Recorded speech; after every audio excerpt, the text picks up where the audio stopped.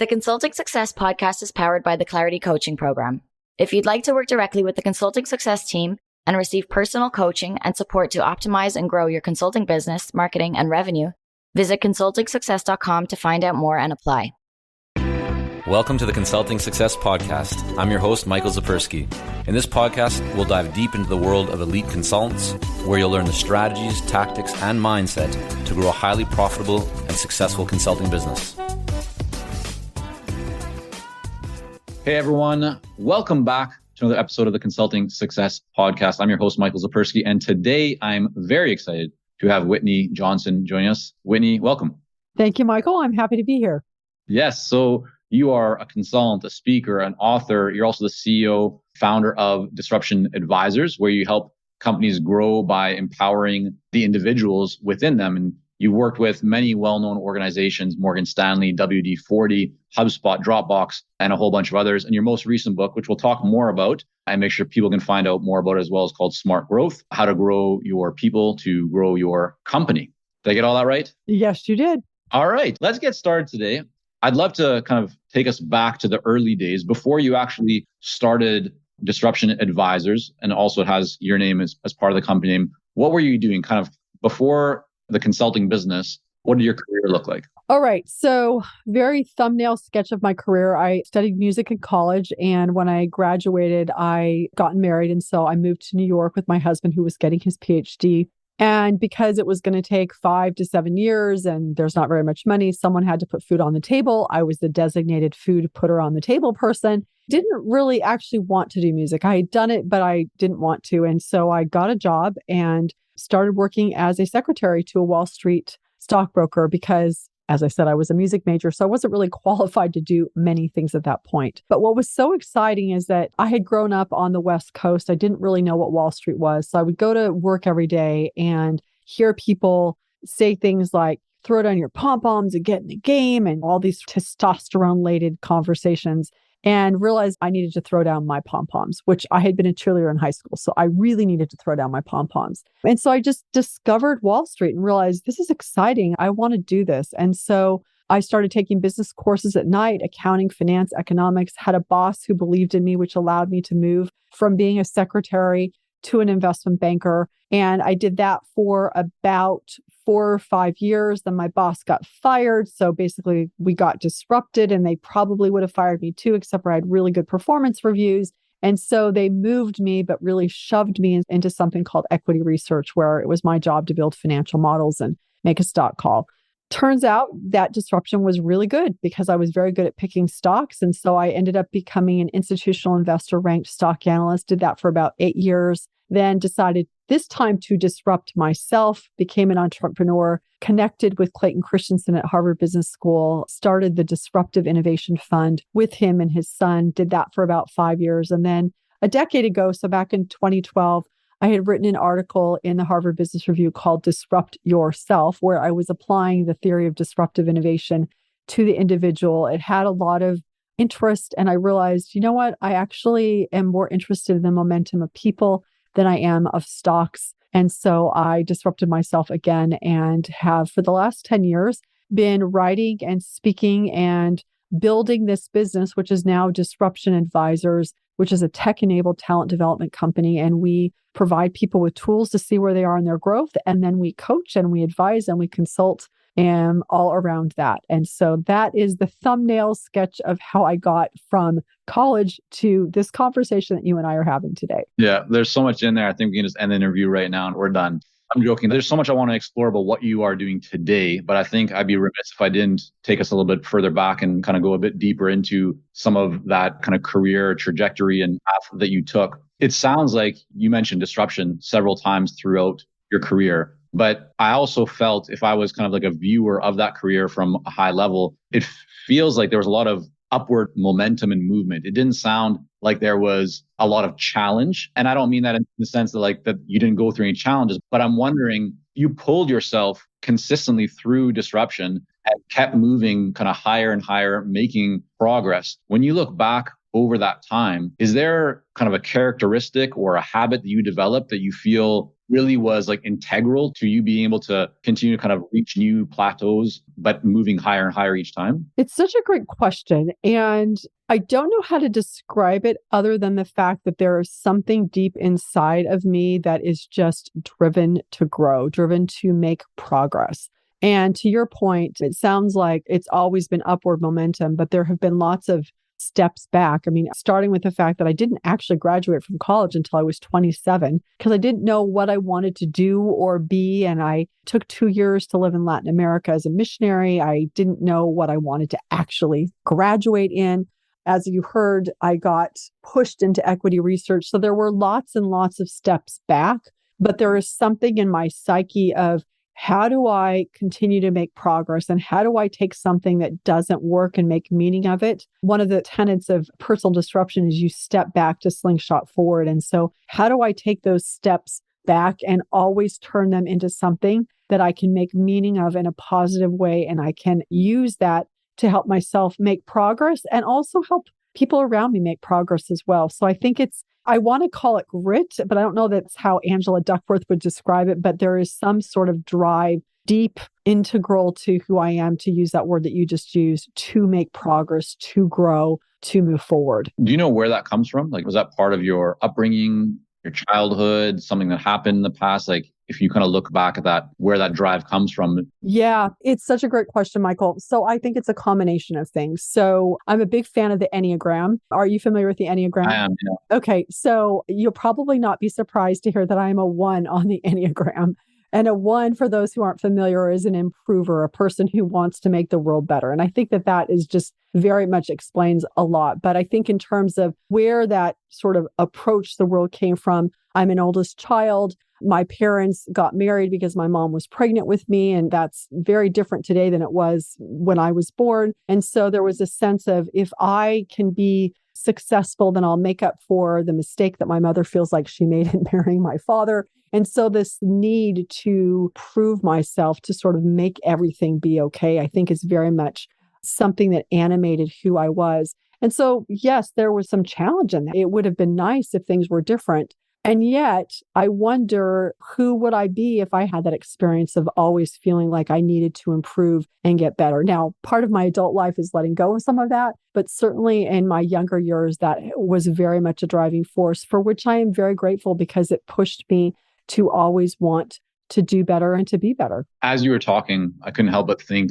about kind of two big boxes, kind of segments of, or ways of looking at how people make an impact. And on one side, I see a lot of people who are very focused, like deep in their work, and that might be like writing or speaking, but essentially they're creating something and kind of getting it out into the world. And then there's another group of people that may not necessarily create as much, but they're, on the surface at least, much more focused on relationship. They're getting in front of people, they're having conversations. Do you feel that you fit into either one of those more than the other, or are you in the middle? Like, how would you look at what really impact on your overall growth as a person? And we'll get to the business, but is it more just creating and putting stuff out there, or is it more relationships, or how do you kind of think about that? Michael, that's such a great question. One that I've never been asked before, but when you ask me the question, I think I fall somewhere in the middle, because on the one hand, I mean, you look at my body of work of being able to say, okay, so I'm an equity analyst. I've now written 4 books.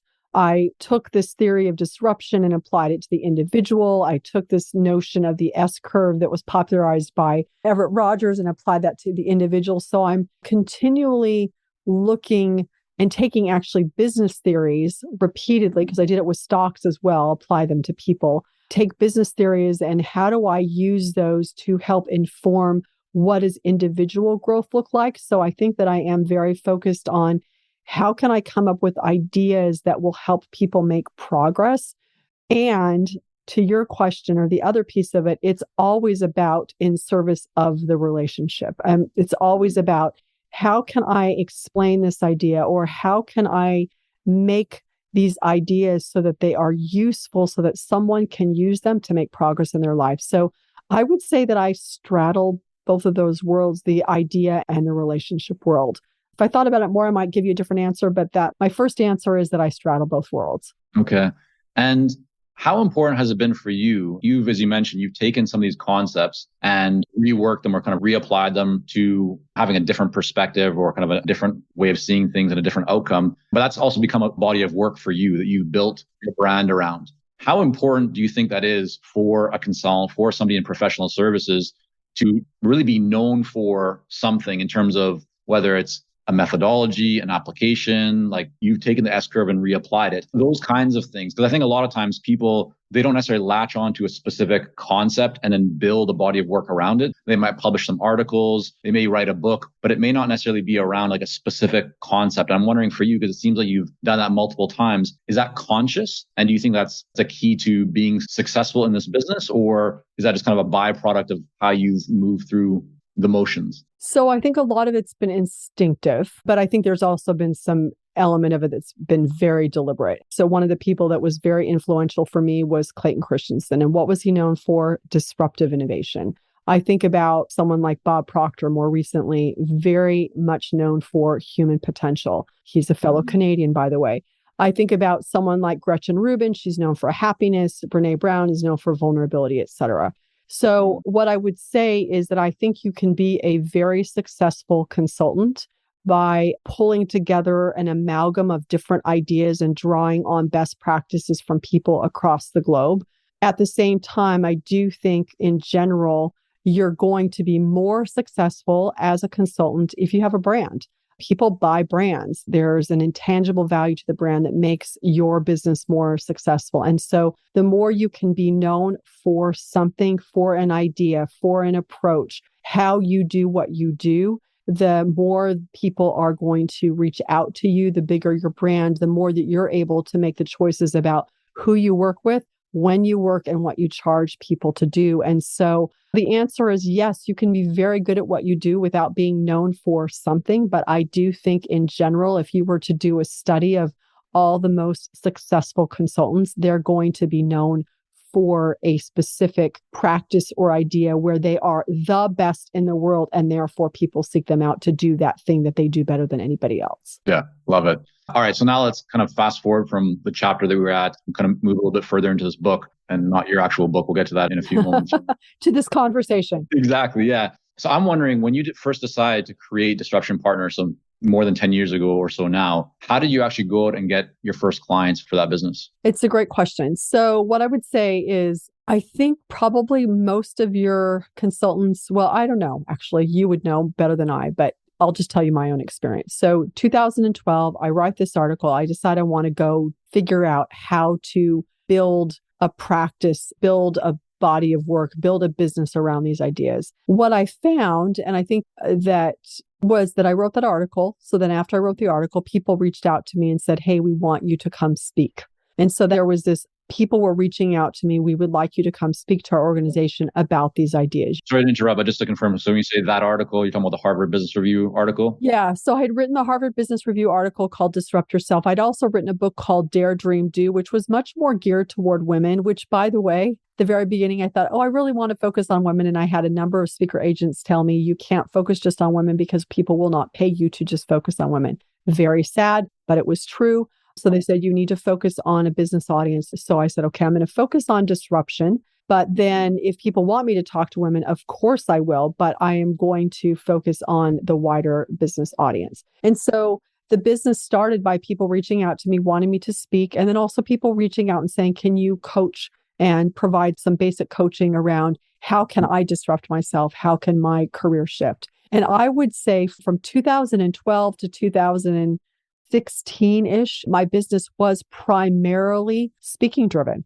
And so it wasn't really a consulting practice at this point. It was primarily speaking, a little bit of coaching. Then in 2017, I ended up connecting with Marshall Goldsmith and had the great honor of being one of the original cohort of his 100 coaches. And so he was really an influence to me of thinking about coaching, not just coaching for a couple $100 an hour, but coaching CEOs and really taking my Wall Street experience and my experience of working at the feet of Clayton Christensen and using that to help people build businesses, et cetera. And so at that point, my business started to become not just speaking. Speaking became a little bit more of lead generation and then much more of a coaching practice.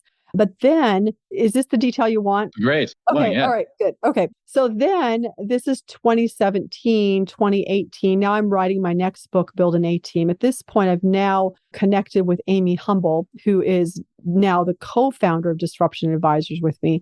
But initially she was a consultant. And so her background is that she had been the chief of staff for Jim Collins, who wrote Good to Great. So now you've got sort of the Clayton Christensen legacy, the Jim Collins legacy. She and I started working together. And that's when we started doing more consulting and more coaching at scale and working with organizations around building an A team. Because now we're not just talking about career transition. We're talking about how do you use these ideas of personal disruption? How do you use this S curve to build a team?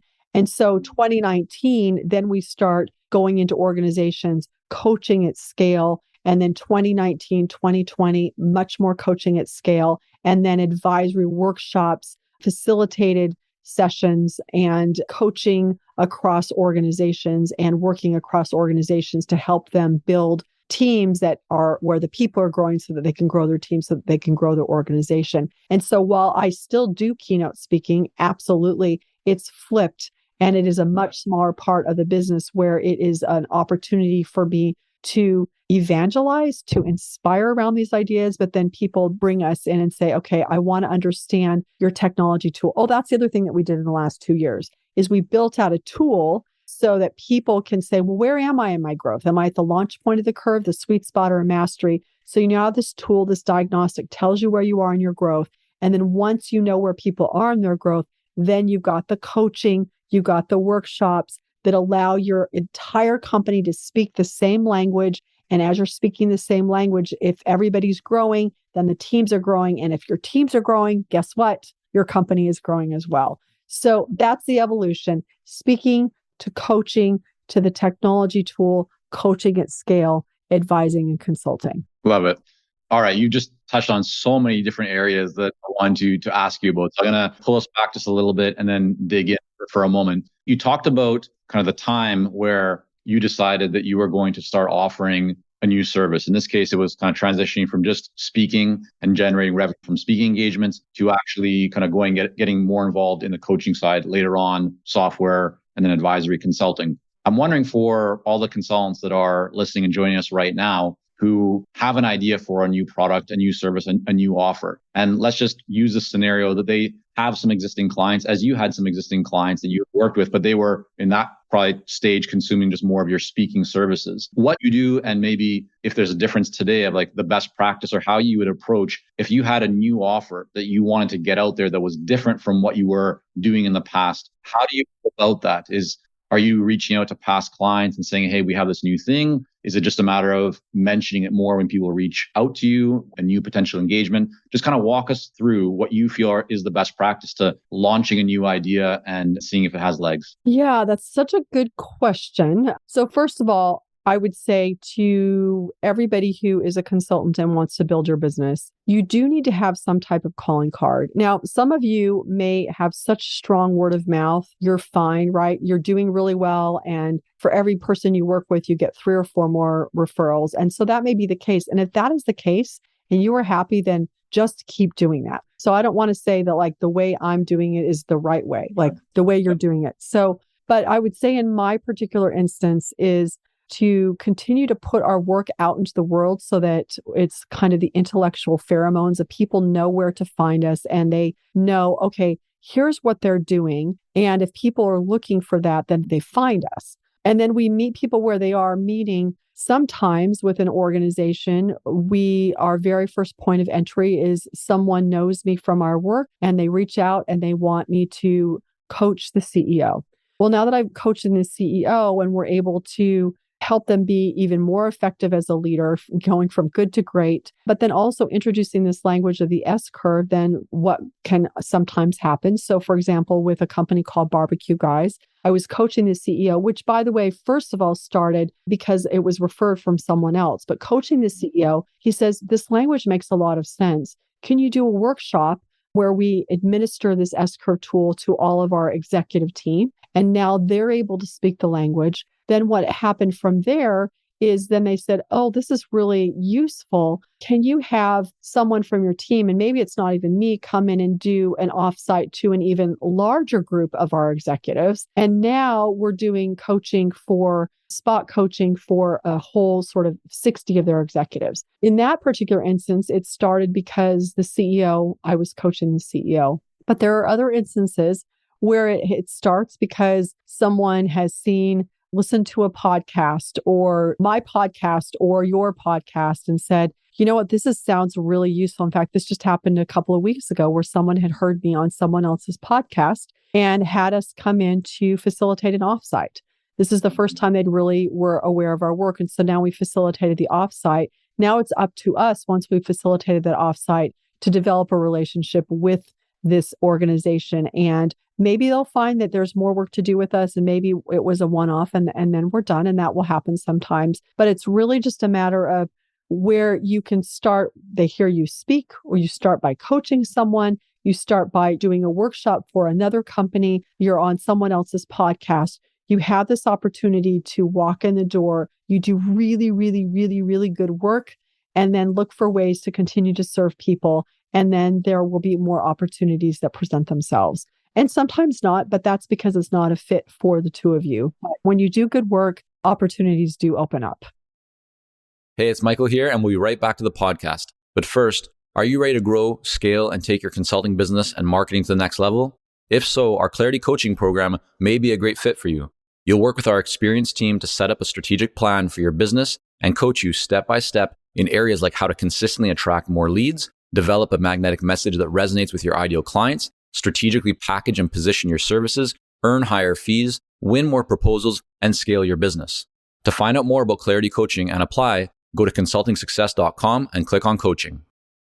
Right. So you've shared with us in the early days, speaking was really the way that you were generating leads and kind of growing the business and initial revenue. Here you are today with 11 or 12 team members, has grown considerably. What does your marketing and lead generation look like today? What are you finding is working best to bring in new qualified leads and opportunities to engage with clients? So I would say definitely the podcast, because I think one of the things that will happen, either being on other people's podcasts or my own podcast, because people are able to hear what you have to say and to engage with you and get a sense of who you are. During the pandemic, I did LinkedIn Lives every single week. So again, that was an opportunity to engage with people, to have conversations. And so there was a sense of, people had a sense of who I was and who we are. And so they thought, oh, I want to learn more about that. I do think that it is useful for you to write a book. Now, it needs to be a good book. But if you're able to codify your ideas, then it gives people something that they can grab onto and read, and again, engage with that. And so it's a combination of talking about our ideas, being out in the world, whether it's the podcast, whether it's books, etc., keynote speaking, and then people find you. And oftentimes, I would say there's also some word of mouth, but it's hard to sort of more word of mouth once you're inside of an organization. But I would say in general, the top of the funnel is actually very, very important. Do you have any initiatives going on now or anytime in the recent past where you identify an organization or person that you want to work with and you are actually, or somebody on your team is reaching out to that person? Or is it more inbound where you're putting out, as you said, the content, the ideas, getting on different platforms and people are coming to you? You just made me think of something. One thing that we don't actually do very well, maybe you teach people how to do this. We don't do a very good job of asking for more business. I will say that. And I think that's something that we could do a lot better. I think we're out there so that people can find us. But I do think that we could do a better job. In fact, I'm just thinking of this happened just the other day. We had gone into a large corporation. We were doing some work with one of the senior leaders and had done a little bit of work with them. And so I said to them, I really like working with you. I'd like to do more work. Would you like to explore that? They said, I would love to. But they didn't, but I had to bring it up. I had to suggest it. And so that's something that I could do a better job of. And I think most of us could, is that you're not asking for the business in the sense of my self-worth depends on you saying, yes, I want to work with you. It's more a sense of, you know what, we've done some work together. It's really good work. I really like working with you. do you want to do more work together? And let's see if we could figure out what that looks like. And I have found that when I can be in that place emotionally of not needing it, but wanting it, it's very different. Then I can ask for the business, and oftentimes we're able to find ways to continue to expand it. So I know I just went off on a different path than you were expecting, but this is something I'm processing kind of right now of like, there's a lot of value in just being willing to say, I'd like to do more business together. And I don't know if there's a gender thing, Michael. I think women tend to be feminine when they're doing something for someone else. And our society is more comfortable with men asking for things. And so I do think I've had to find as a woman my way of asking for it, but I seem to be figuring out what that is. And it's just saying, I'd like to work together. Do you want to? Right. Exactly. I'm glad that you took us down that path, because I think a lot of people will resonate with that. And so often from a marketing perspective, as entrepreneurs or business owners, we tend to focus on new client acquisition and always doing new things and forget about probably the best source of business, which is the people that we've already built a relationship with and we have trust and we delivered value and outcomes for. So I'm glad that you really brought that up. One thing that I touched on, or we just kind of hit on a little bit before we push the record button today, is that you have a president in your company, right? You mentioned Amy before. And this is something that in a lot of smaller kind of boutique consulting firms, you don't see that often. Typically, you have the founder or one of the co-founders, and they're kind of in that CEO role, and they're quote unquote kind of running the show. They might have somebody who's key, but the title of president is not something that you see too often. I'm wondering, I know you mentioned Amy coming from a chief of staff with Collins, and they do amazing work, but can you kind of walk us through the thought process of How we how work together? Yeah. Yeah. So it's funny that you honed in on president, because she's actually no longer the president. She's the co-founder. So You got to update your website then, Whitney. yeah. So basically what happened is, and I think this is actually a great topic for us to discuss as well, because I think oftentimes people, when they become a consultant or an entrepreneur, they think, I need a partner. But one of the things that we discover, you have probably discovered, and I discovered because I made some bad business decisions earlier in my career, and I saw one of my parents make a bad business decision, is that it is harder to separate from a business partner than it is from a marital partner. So being very deliberate about taking on a business partner, it is a serious decision. And so again, Amy had come as chief of staff for Jim Collins. She'd built her own successful multi-million-dollar consulting business called White River Strategy. But when she and I first started working together, this is like back in 2015, she found me, said, I'd love to do a small project with you. And like, we were doing a small project. And I was like, wow, she's really capable. So let's do another project together. And then we did another project together. Like the very first project, I think she was looking at my speaker reel and giving me feedback. Like it was that small.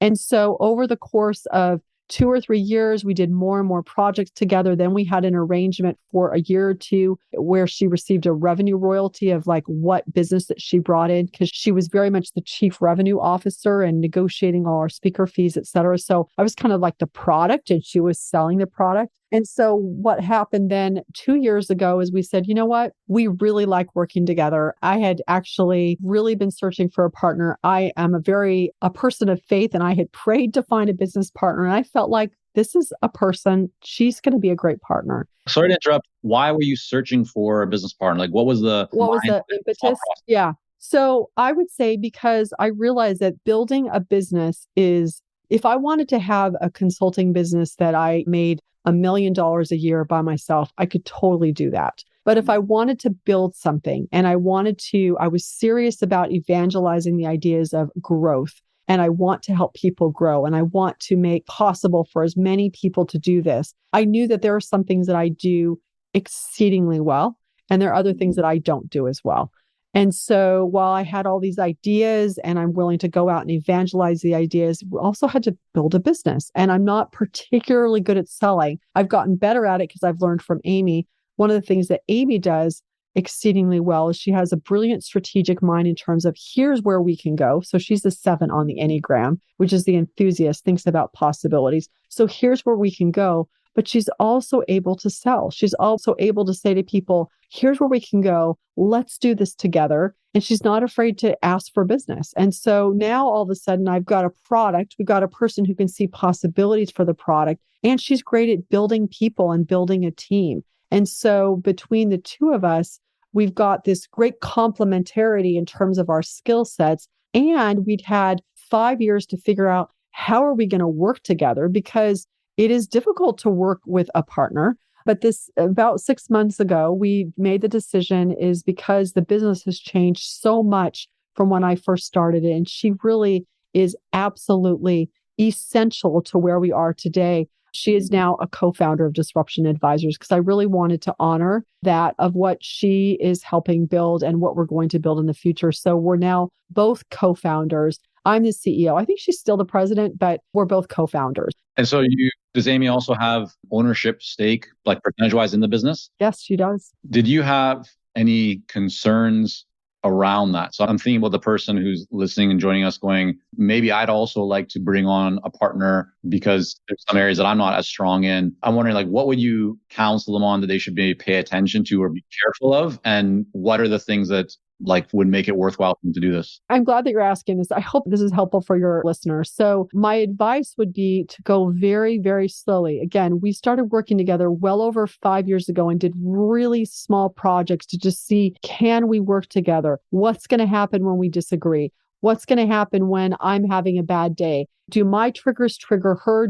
So when she's at her worst and I'm at her worst, what does that mean? Like, what is that cocktail? Because like everybody's going to have a bad day, but you need to just make sure that your bad day doesn't trigger someone else's bad day in a partnership, obviously in a marriage as well. So the first step in giving her a percentage of the business is, like I said, we had sort of this revenue royalty where whatever she brought in, she got a percentage of that. So we were already experimenting around that.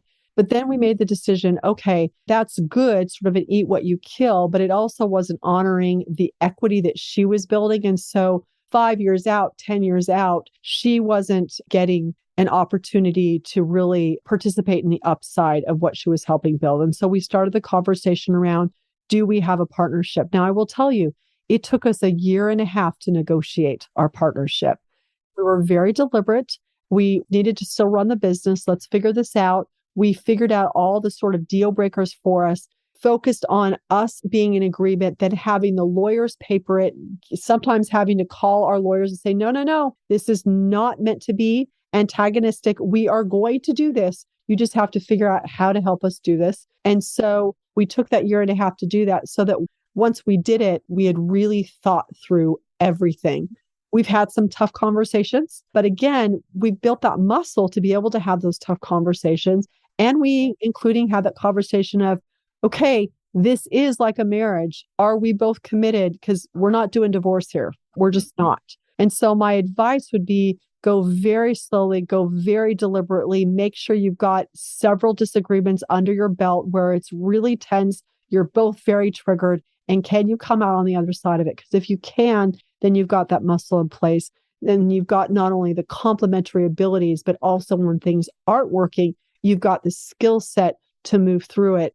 And both believe, and I still feel this way, and I know she does too, because we just had this offsite. We're still both like, this is so awesome that we get to work together, because I look at her and I'm like, wow, that's amazing that you can do that. And I think she does the same thing for me, where you're continually like, my partner is really good at these things that I can't even begin to be good at. So, right. Yeah. I think that's a really great advice. I'm glad that you kind of took us through all that. It sounds like, just if I can summarize for a moment, that the recommendation based on your experience is take it really slow. Don't rush it. If you see any red flags in terms of how you disagree about things or you can't resolve things, if there was a feeling inside at any point that, I don't know if this is going to work, that's probably a red flag that it won't work, and honor that sign. But at the same time, it sounds like you started off with maybe just paying either on an hourly basis or a project basis, like in terms of her compensation. That next level from that graduated to, you'll get payment based on business that you bring in. So there's kind of a revenue royalty component. And then from there, over a period of several years, so now 5 years later, you entered into, let's actually both own equity and shares in this business. Right. And the ownership percentage increases over a period of 10 years, right? So the more value that's delivered, the more ownership there is. And so that summarizes it well. And also have lawyers, because you do need lawyers, but make sure that they know what their job is. And I guess the final thing, listening to you play this back, Michael, is trust your truth tellers. So as you're going through this and you find yourself getting, well, because which we all do, you go to the people that you trust. In my case, my husband, and say, you're being unreasonable here. This actually is a good partnership. Or, oh, no, I am actually very nervous. And be willing to listen to those people that you trust. And if they're still comfortable, then you can forge ahead and it will allow you to navigate it. I'm wondering, in terms of the structure of the business and kind of co-owners and that partnership, why go the path of actually equity as opposed to just saying, yeah, you get a percentage of profit or why not keep 100% actual equity in the business for yourself? I'm playing a bit of devil's advocate and thinking probably some people are wondering about this themselves. What was your thought process around that? Is it the goal of maybe selling the business in the future or some being able to pay dividends, or why kind of go that path? Yeah, it's a very complicated question, one that requires lawyers and tax accountants. But the simple answer to your question is that if you have a partner that you're working with that is helping to build value, to create value. And if there is any sort of possibility that in the future you might sell this business, there needs to be a way for them to participate in that upside. And so however you need to do it, and again, you've got to consult with your lawyer and your tax accountants on how to do that, that we created a structure so that if we were to ever sell this business, she would be able to participate in the upside. So that's the headline. That makes a lot of sense. Talk to me about that. So is that something that you and Amy are thinking about in the future? Like, is that just a possibility on the mind in terms of being able to sell the business down the road? And if so, inside of the business, as you start to kind of think about that? Yeah. So as we build the business, I think one of the things that's with any business, there's lots of different paths that you can go. So Amy's younger than me. So we could end up doing something where we do this and then at some point she takes it over, which is great. We can do that. But being very goal driven, brass ring driven, and she's very goal driven as well. I think having in our brain, are we building something that could be sold? It gives you this way to think about, am I building something where I'm creating value? Am I creating something that someone else would say, this is useful? And how could our business interface and interlock and be useful to other businesses? It's very helpful in getting us to focus on what we need to be building and how we need to be of service to the companies that we're working with. Well, listen, Whitney, there's so much that we can continue. I want to respect the time that we have in the calendar for the podcast here today, but I definitely want to make sure that people can learn more about your most recent book, Smart Growth, which they can see behind you, but also we're going to make sure that we link up in the show notes. And in just a moment, you can let us know where people should go to learn more about the book and more about your company. But just couple of final questions before we wrap up. So clearly, I mean, you have a lot going on between publishing books and speaking and leading a team, right, of about a dozen or so people, working with some very well-known, recognized clients. Are there one or two habits that you bring into your life or part of your life on a regular basis that you feel really contribute to the success that you have as a person, as an individual, but also as a CEO and leader of a business? Anything you feel really kind of allows you to perform at those high levels? Yeah, I would say two things. One is that I'm very deliberate about how I start my day. When I get up, I'm very clear on what I need to get done in the course of a day. Take us into the details as much as you can. What does your start of the day look like? Because I think that is such a powerful, big opportunity for many people that don't actually focus or think about it as intentionally as they could. So I'd love for you to walk us through, like, what time do you wake up and then what do you do for the first couple hours? Yeah. So for example, I know what I want to get done at the beginning of every week. Well, let me back up. We know what we have, what we want to get done for the rest of the year. So for example, we just did a beta certification and we have another certification, like an online certification that we're going to do in October for coaches that want to do the S-curve. And we want to get the next version of our tech tool out there so that coaches and teams can use it. So we have those big goals. Then I know what I have on my calendar and what I want to get done this week. And am I doing things that are going to allow me to get that done? And I'll be very intentional of like, okay, so I've got this coaching call. Am I going to make sure I show up for these people that I'm coaching this week? So all those sort of high level things. From a day perspective, the night before, I'm pretty clear about what I need to get done that next day. And there's certain things that are going to be on my calendar, but there are also things that I know I need to move forward. Like next week, I'm doing a keynote at Lockheed Martin in Florida. I needed this morning to look at my slide deck, make sure I know what needs to get done on that so I can get it to the rest of my team so they can put out those pictures so we're not putting out a fire a week from now. But then when I first get up in the morning, and it depends, I've been kind of sick for the last week and a half, but usually I get up between 4:30 and 5 every day. And I'll spend a half an hour doing something that is spiritual or scriptural based, of just grounding myself on something that is bigger than I am, which will include reviewing my goals, reading the scriptural text, writing in my journal, etc. And then I'll actually sit in my bed, my poor husband, I'll sit in my bed and just start doing some work, some of the things that are important but not urgent that need to move forward. And then around 6:30 or so, I'll either do yoga or I'll run.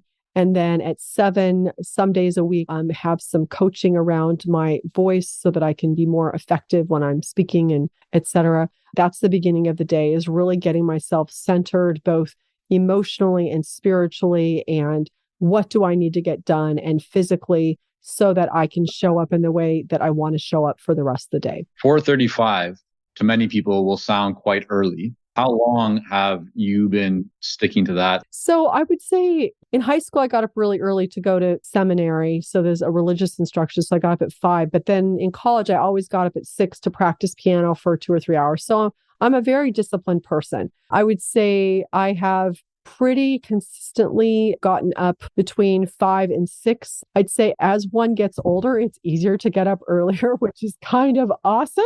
I am not complaining at all, but yeah, I would say that I've throughout my life pretty consistently gotten up between 5 and 5:30, and just depending on the day, how late I went to bed the night before, that's just when I wake up. Yeah, I'm also an early riser, and to me, there's just so much power in being able to get up early and accomplish things, or even just have time to think about things. That once you start your quote unquote actual day, right, you just don't have that time, or it's much harder to find it. No, once you've done your first meeting, your brain, it's completely taken up. You've got to get that stuff done early. Otherwise, it won't get done. Yeah.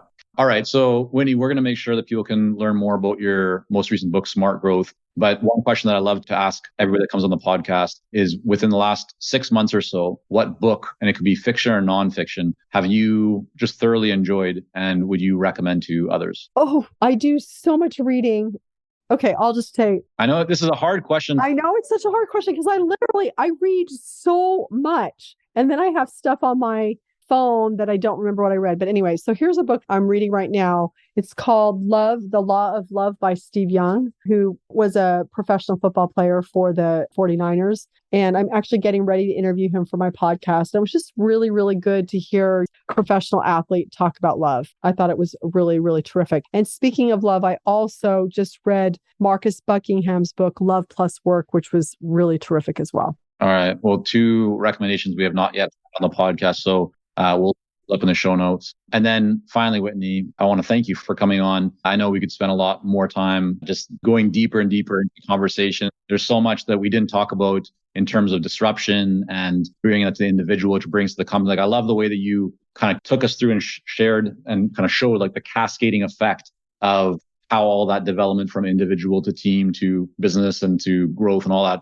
comes together. So we'll have to do that maybe another day. But before we wrap up, what's the one website that they can go to learn more about you, about your book, about everything you have going on? Yeah, I think the easiest is my podcast is Disrupt Yourself. So if you're listening to this, you like listening to podcasts, then you can definitely go listen to that. And then my website is whitneyjohnson.com. And I have a newsletter. And then my book, Smart Growth, is How to Grow Your People to Grow Your Company, where I talk about the S curve as this simple visual model to think about what growth looks like. Because when you know where you are in your growth in your consulting business, then it will help you think through what's next. So those are some different ways that you can engage with our work. Fantastic. Whitney, thank you again so much for coming on. I really enjoyed our conversation today. Yeah. Thank you, Michael. It was a lot of fun. Thank you for joining us on this episode of the Consulting Success Podcast. For more episodes and to subscribe, rate, and leave a review, head on over to iTunes. And if you'd like to develop consistent lead flow and a highly profitable consulting business, learn more about our coaching programs at consultingsuccess.com.